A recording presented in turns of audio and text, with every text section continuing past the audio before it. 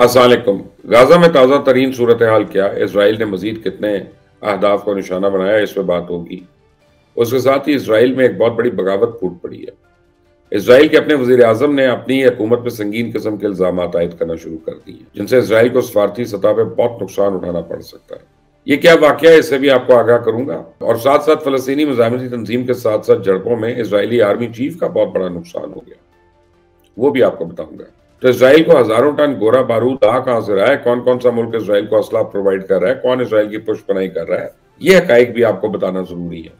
بہرحال اسرائیلی وزیر اعظم نے لیبنان کو دھمکی دی اور لیبنان سے اس دھمکی کا شدید رد عمل آیا، اس پہ بھی بات ہوگی۔ لیکن آگے بڑھنے سے پہلے آپ نے اگر ابھی تک اس چینل کو سبسکرائب نہیں کیا تو پلیز کر لیں، اور یہ بیل آئیکن کو پریس کرنا مت بھولیے۔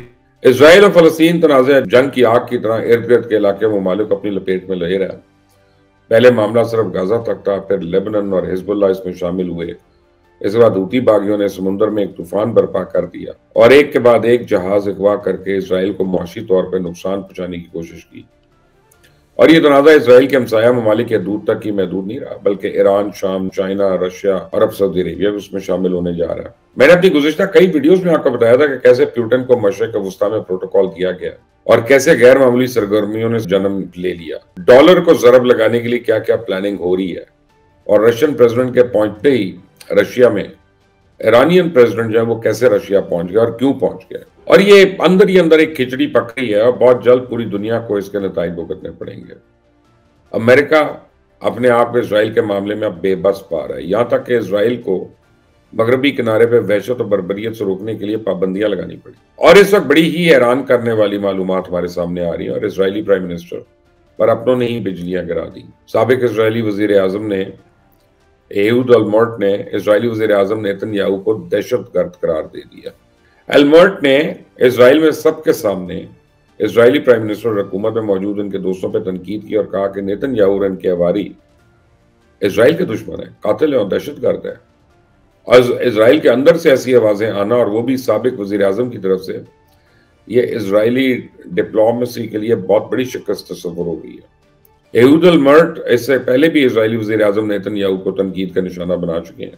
اسرائیلی سابق وزیر اعظم نے 7 اکتوبر کے حملے کو اسرائیلی وزیر اعظم نیتن یاہو کی ٹوٹل ناکامی قرار دیا اور کہا تھا کہ اسرائیلی وزیر اعظم اپنی ناکامی چھپانے کے لیے دوسروں کو مورد الزام ٹھہرا رہے ہیں۔ اسرائیل کو فلسطینی مزاحمتی تنظیم سے جھڑپوں کے دوران ایک اور بڑی شکست کا سامنا کرنا پڑا۔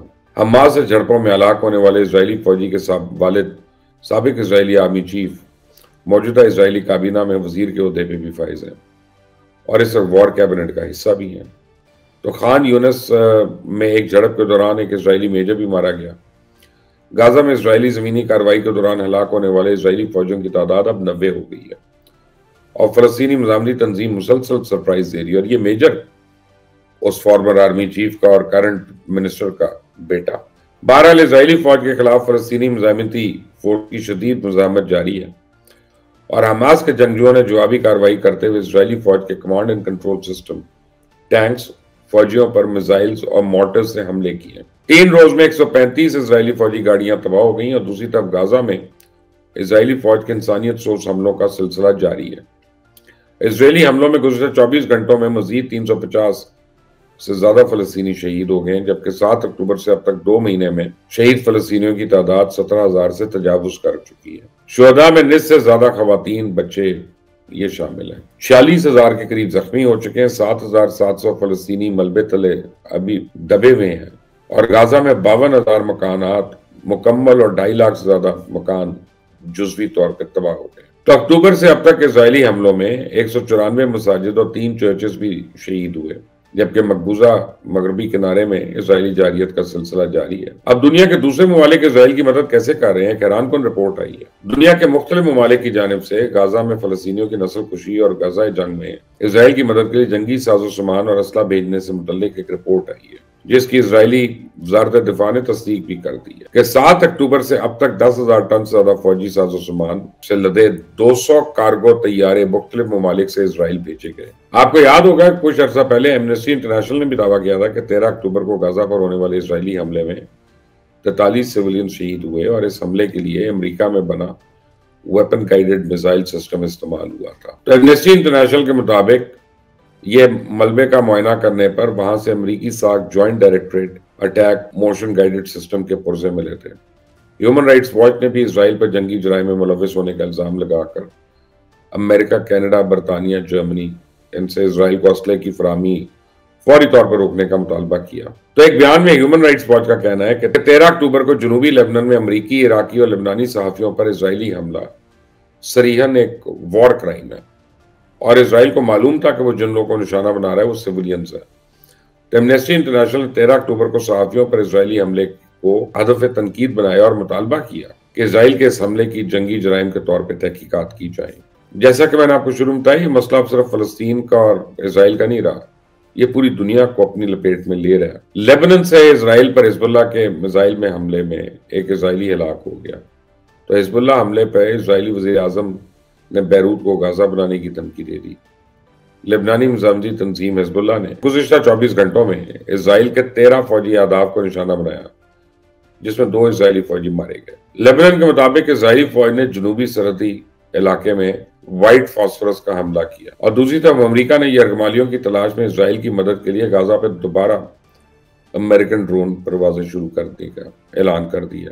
تو اقوام متحدہ کی بات کی جائے تو اقوام متحدہ کے جنرل اسمبلی نے اسرائیل پر بربریت کے شکار مظلوم فلسطینیوں کے حق میں 5 قراردادیں اب منظور کر لی ہیں، اور جنرل اسمبلی میں پناہ گزینوں کی مدد، امدادی کام اور اثاثوں کے تحفظ سمیت یہودی آباد کار بستیوں کے خلاف 5 قراردادیں منظور کی گئیں۔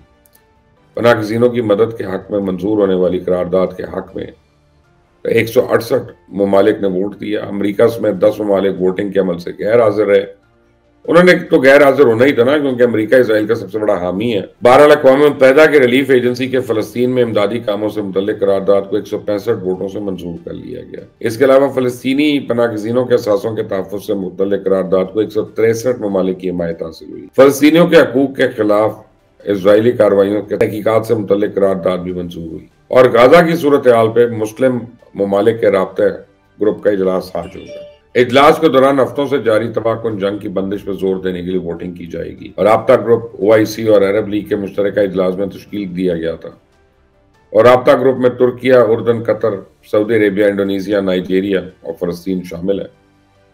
اور روسی صدر کے حالیہ مڈل ایسٹ کے دورے کے بعد اب یہ اجلاس بہت امپورٹنٹ ہو گیا۔ آخر میں آپ کو بتا دوں کہ کیونکہ سٹوری میں پاکستان کو میں نے بریک کیا تھا، یعنی یہ سٹوری میں نے بریک کی تھی پاکستان کے اندر سے۔ ایرانی صدر ابراہیم رئیسی کی ماسکو میں روسی صدر ولادیمیر پوٹن سے ملاقات ہوئی، جس میں رشیا، یوکرین جنگ اور غزہ کی صورتحال سمیت دیگر امور پہ تبادلہ خیال ہوا۔ ملاقات میں ایرانین پریزیڈنٹ نے کہا اسرائیل غزہ میں فلسطینیوں کی نسل کشی کر رہا ہے، اور غزہ میں اسرائیلی فوج نہتے اور معصوم لوگوں کا قتل عام کر رہی ہے، تو اسرائیلی جارحیت کی شدید الفاظ میں مذمت کرتے ہیں۔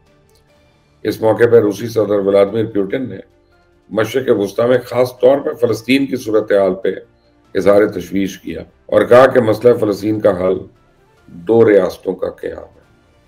اور یہ بات سعودی فرمانروا کنگ فہد بن عبدالعزیز نے کتنے سال پہلے یہ فارمولا دیا تھا۔ اگر اسرائیل اس وقت اس فارمولے کو مان جاتا تو آج خود بھی ترقی کر رہا ہوتا، فلسطین بھی ترقی یافتہ ہوتا، اور پورے خطے میں امن ہوتا، اور کرنا اس کو یہی پڑے گا، کیونکہ جب تک اب آزاد فلسطین کی ریاست نہیں بن جاتی تب تک اسرائیل کو اب چین سے بیٹھنے نہیں دیا جائے گا۔ مجھے اپنی رائے کا اظہار کریے گا۔ انٹل دی نیکسٹ ٹائم، اللہ حافظ۔